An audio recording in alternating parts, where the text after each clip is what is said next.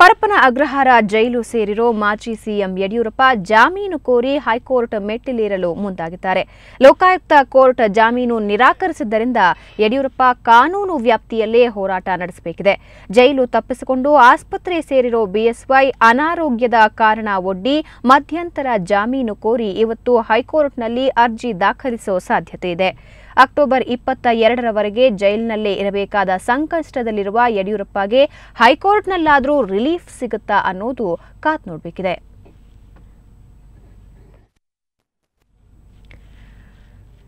ಈ ಬಗ್ಗೆ ಇನ್ನಷ್ಟು ಮಾಹಿತಿ ಪಡೆಯೋಣ ನಮ್ಮ ಪ್ರತಿನಿಧಿ ಮಾರುತಿ ಅವರಿಂದ. ಮಾರುತಿ, ಇವತ್ತು ಮಧ್ಯಂತರ ಜಾಮೀನು ಅರ್ಜಿ ಸಲ್ಲಿಸೋದು ದೃಢಪಟ್ಟಿದೆಯಾ? ಸುಮಾರು ಎಷ್ಟೊತ್ತಿಗೆ ಅರ್ಜಿ ಸಲ್ಲಿಸಬಹುದಾಗಿದೆ? ಭವನ ಲೋಕಾಯುಕ್ತ ವಿಶೇಷ ನ್ಯಾಯಾಲಯ ಏನೆಲ್ಲ ತೀರ್ಪು ಕೊಟ್ಟಿದೆ ಆ ತೀರ್ಪಿನ ಕಾಪಿ ಸಿಕ್ಕಿದ ನಂತರವಷ್ಟೇ ಅವರು ಹೈಕೋರ್ಟ್ ನಲ್ಲಿ ಮಧ್ಯಂತರ ಜಾಮೀನು ಕೋರಿ ಅರ್ಜಿ ಸಲ್ಲಿಸಬಹುದು. ಆದ್ರೆ ಈಗಾಗಲೇ ಅವರ ಪರ ವಕೀಲರು ರವಿ ಬಿ ನಾಯಕ್ ಅವರು ಶನಿವಾರ ಸ್ಪಷ್ಟಪಡಿಸಿದ್ರು, ನಾವು 439ರ ಅಡಿನೇ ಜಾಮೀನು ಅರ್ಜಿಯನ್ನ ಕೋರ್ತೀವಿ ಅಂತ ಹೇಳ್ಬಿಟ್ಟು. ಆದ್ರೆ ಈ ಮಧ್ಯೆ ಯಡಿಯೂರಪ್ಪನವರು ಬಹಳಷ್ಟು ಅನಾರೋಗ್ಯ ಕಾರಣ ಒಡ್ಡಿ ಈಗಾಗಲೇ ಆಸ್ಪತ್ರೆ ಪಾಲಾಗಿರುವುದರಿಂದ ಈ ಒಂದು ನೆಪವನ್ನ ಒಡ್ಡಿ ಇಂದು ಹೈಕೋರ್ಟ್ ನಲ್ಲಿ ಮಧ್ಯಂತರ ಜಾಮೀನು ಕೋರಿ ಅರ್ಜಿ ಸಲ್ಲಿಸ್ತಾರೆ.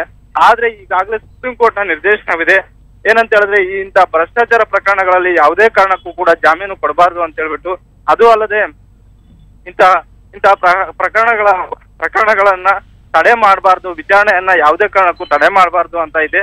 ಈ ಹಿನ್ನೆಲೆಯಲ್ಲಿ ಮಧ್ಯಂತರ ಜಾಮೀನು ಎಷ್ಟು ಮಟ್ಟಿಗೆ ಪರಿಗಣಿಸುತ್ತೆ ಅಂತ ಹೇಳ್ಬಿಟ್ಟು ನ್ಯಾಯಾಲಯದ ವಿವೇಚನೆಗೆ ಬಿಟ್ಟ ವಿಚಾರ. ಆದ್ರೆ ಭ್ರಷ್ಟಾಚಾರ ಪ್ರಕರಣ ಒಂದ ಮಾತ್ರಕ್ಕೆ ಜಾಮೀನು ಅರ್ಜಿ ನಿರಾಕರಿಸ್ತಾರೆ ಅಂತಲ್ಲ, ಮಧ್ಯಂತರ ಜಾಮೀನು ಕೊಡುವುದು ನ್ಯಾಯಾಲಯದ ವಿವೇಚನೆಗೆ ಬಿಟ್ಟ ವಿಚಾರ.